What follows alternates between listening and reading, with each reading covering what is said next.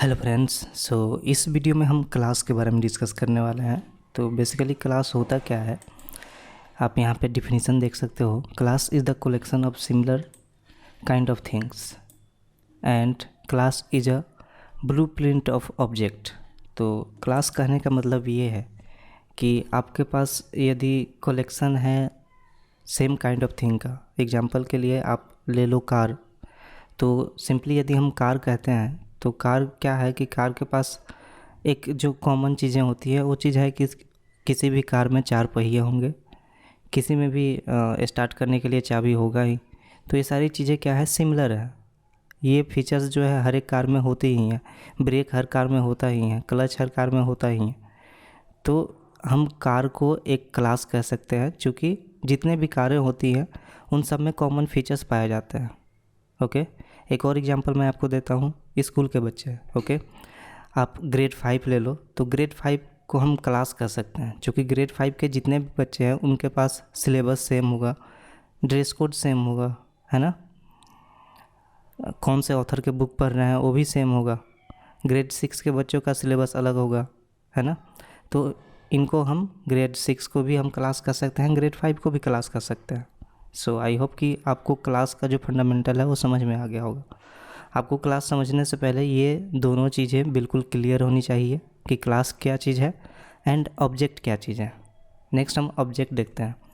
तो object is a thing which have sum property and behaviour. तो object आपके आसपास में जो भी चीज़ें दिख रही है, अभी लैपटॉप, पेन, शर्ट, कुछ भी, सब चीज़ एक ऑब्जेक्ट है।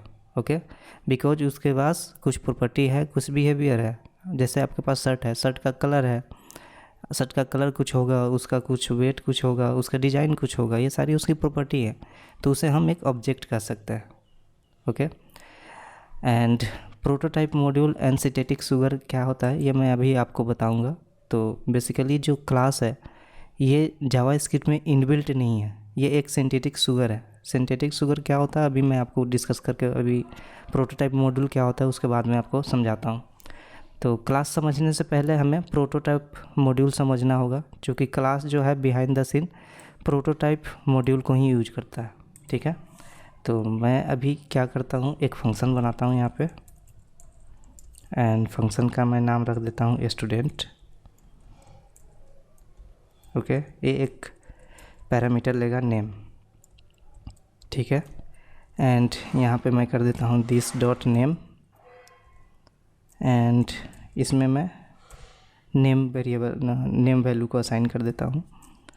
एंड दिस डॉट ग्रेड, इसमें मैं ग्रेड डाल देता हूँ। ओके, ठीक है। तो ये हमारा एक प्रोटोटाइप मॉड्यूल तैयार हो गया। अब इसके थ्रू, अब ये क्या है, एक तरीके का ब्लूप्रिंट है कि जो भी स्टूडेंट होगा उसका ग्रेड क्या है, 5 होगा, एंड नेम हम कुछ भी दे सकते हैं, जो कि अभी हम क्रिएट करेंगे।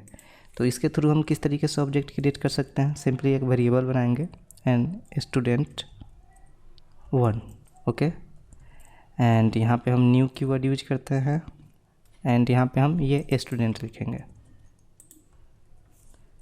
एंड यहाँ पे हम वैल्यू को पास कर देंगे। सिंपली यहाँ पे मैंने लिख दिया पंकज, ठीक है। तो ये हमारा एक प्रोटोटाइप मॉड्यूल हो गया, जो कि अभी हम nowadays as a class की तरह ये यूज होता है। तो यहाँ से क्या होगा, बेसिकली इशू क्या है ये चीज़ यूज करने का। सपोज करो कि आपके पास n नंबर ऑफ़ स्टूडेंट है, जैसे कि क्लास 5 में है, तो 5 में कोई भी फिक्स नहीं होता कि उसमें 10 ही स्टूडेंट हो गए, 15 हो गए, कितने भी हो सकते हैं। तो यदि आपको इस तरीके से उनका नेम और ग्रेड पता करना हो तो आप कैसे करोगे, आप हर एक के लिए एक एक ऑब्जेक्ट बनाओगे इस तरीके से। मैं अभी आपको बना के दिखाता हूँ। वेरिएबल स्टूडेंट 1, एंड ये एक ऑब्जेक्ट हो गया, इसमें नेम डालोगे आप, मैं कुछ भी डाल देता हूँ, एंड ग्रेड डालोगे 5। इस तरीके से आप बहुत सारे जितने भी हैं, आपको जितने की ज़रूरत होगी आप उतना स्टूडेंट बनाओगे, है ना। तो इस चीज़ को क्या करता है क्लास या फिर प्रोटोटाइप मॉड्यूल, इस चीज़ को रिड्यूस कर देता है। अब क्या है कि अब हमें पता है कि जितने भी ऑब्जेक्ट बनेंगे उनको नेम चाहिए और ग्रेड चाहिए, है ना। तो क्यों ना हम एक इसका फॉर्मेट बना लें एंड उसी पे हम और भी स्टूडेंट का ऑब्जेक्ट बना करके यूज करें। तो हमने क्या किया, यहाँ पे एक फॉर्मेट बना लिया, ठीक है। एंड फॉर्मेट बनाने के बाद में हम क्या कर रहे हैं कि हर बार एक नया, इस तरीके से अब हमें बड़ा ऑब्जेक्ट लिखने की ज़रूरत नहीं है, क्योंकि ये चीज़ें कॉमन है ग्रेड, तो हमें ये बार बार रिपीट करनी पड़ रही है और इतना बड़ा कोड लिखना पड़ रहा है। तो अभी क्या होगा, अब देखिए मैं यहाँ पे console.log, यहाँ पे मैं student1 को लॉग करता हूँ, तो क्या होगा,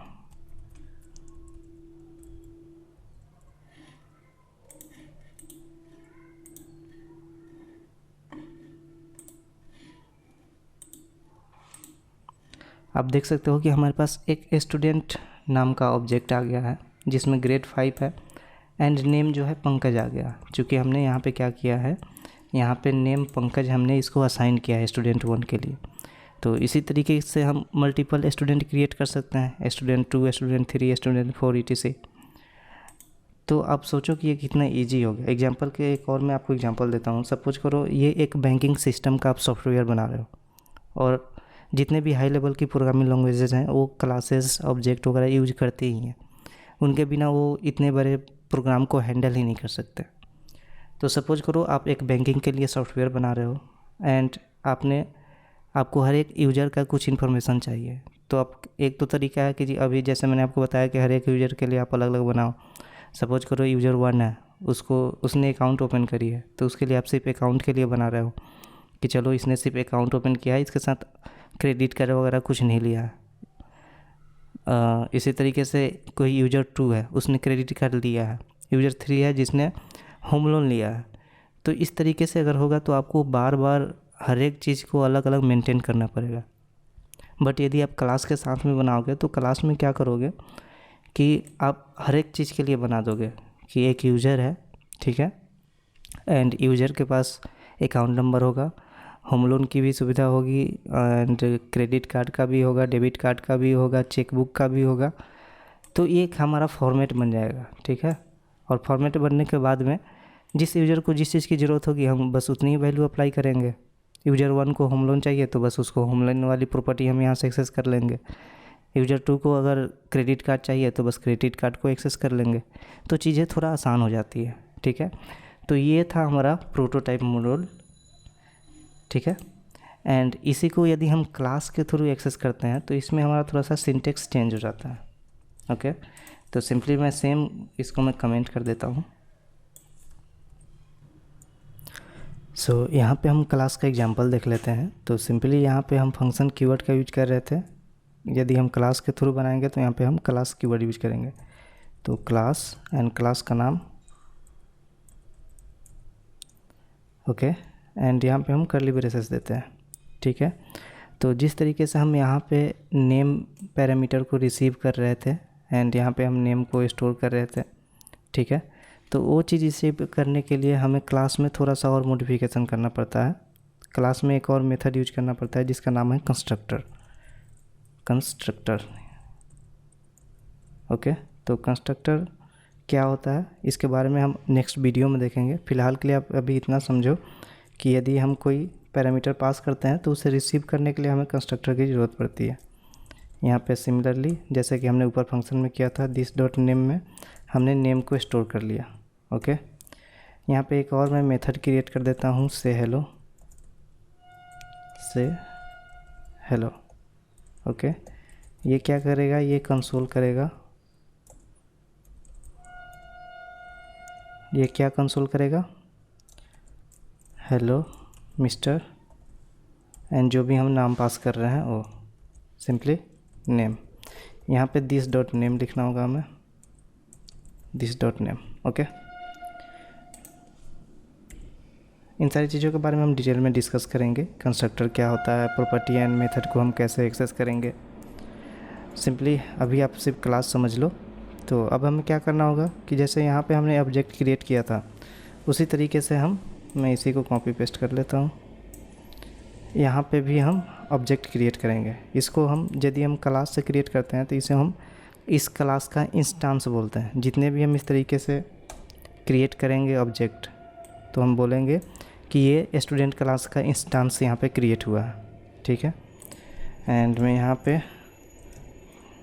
पे इसको कॉल कर लेता हूँ सिंपली स्टूडेंट, जो हमने स्टूडेंट 1 ही है ना, 1 डॉट से हेलो। तो ये क्या करेगा, ये इसको प्रिंट करेगा, और हमने यहाँ से नेम पास किया है, तो हेलो मिस्टर पंकज प्रिंट करना चाहिए। इसे चेक कर लेते हैं। तो आप देख सकते हो यहाँ पे इसने प्रिंट कर दिया हेलो मिस्टर पंकज। एक और हम यहाँ पे इंस्टेंस क्रिएट कर लेते हैं एंड उसको हम देख लेते हैं। मैं इसी को स्टूडेंट 2 कर देता हूँ एंड स्टूडेंट 2 नेम चेंज कर देता हूँ अमित, एंड इसको रिफ्रेश किया तो आप देख सकते हो कि हमारे पास अब दूसरा उस स्टूडेंट का इंस्टेंस क्रिएट हो गया है, जो कि मिस्टर अमित के लिए है। ओके, सो आई होप कि आपको क्लासेस किस तरीके से वर्क करते हैं। और एक और चीज़ यहाँ पे जो आपको क्लास कीवर्ड दिख रहा है, बेसिकली क्लास कीवर्ड जो है जावास्क्रिप्ट के इंटरनल जो कोडिंग होती है, यानी कि जावास्क्रिप्ट का कोई कीवर्ड नहीं है क्लास, ठीक है। Class behind the scene class जो है ये इस तरीके से कन्वर्ट हो जाता है ना, प्रोटोटाइप मॉड्यूल में कन्वर्ट हो जाता है। तो इसी को हम बोलते हैं सिंथेटिक शुगर। सिंथेटिक शुगर मतलब कि हमें थोड़ा सा जो कोड है लिखने में आसानी हो जाता है, जो कि कॉमन लोग यूज करते हैं, चूँकि क्लास जो है ऑलमोस्ट सारे हाई लेवल के जो प्रोग्रामिंग लैंग्वेजेस हैं वो लोग यूज करते हैं। बट ये जावास्क्रिप्ट में नहीं थी, और ना ही इसके जो कोड बेस है जावास्क्रिप्ट का उसके अंदर क्लास नाम का कोई कॉन्सेप्ट था, उसमें था हमारा प्रोटोटाइप का कॉन्सेप्ट। तो बिहाइंड द सीन हम लिखते क्लास ज़रूर है, बट बिहाइंड द सीन ये कन्वर्ट करता है जितने भी, यानी कि जो जावास्क्रिप्ट की इंजन है वो समझती है इसको प्रोटोटाइप मॉडल में ही ये कन्वर्ट करता है क्लास को। तो इस चीज़ को हम बोलते हैं सिंथेटिक शुगर। कि यदि आपके पास मान लो x है, मान लो यहाँ पे मैं ये इतना बड़ा वर्ड है, ठीक है, और मैं आपको बोलूँ कि यदि मैं यहाँ पे $R लिख दूँ तो आप समझना कि मैं इतना बार W लिखा है, तो ये क्या हो जाएगा, $R सिंथेटिक शुगर हो जाएगा इसके लिए। तो सेम चीज़ यहाँ पे भी हो रहा है। ओके, सो आई होप कि आपको ये वीडियो हेल्पफुल लगा होगा, एंड क्लासेस क्या हैं, ऑब्जेक्ट क्या है, सिंथेटिक शुगर क्या होता है, एंड प्रोटोटाइप मॉड्यूल क्या होता है, ये सारी चीज़ें आपको समझ में आई होंगी। सो मिलते हैं नेक्स्ट ट्यूटोरियल में। वीडियो देखने के लिए थैंक यू, और वीडियो अच्छी लगी है तो प्लीज़ वीडियो को लाइक कीजिए, चैनल को सब्सक्राइब कीजिए। मिलते हैं नेक्स्ट ट्यूटोरियल में, थैंक यू।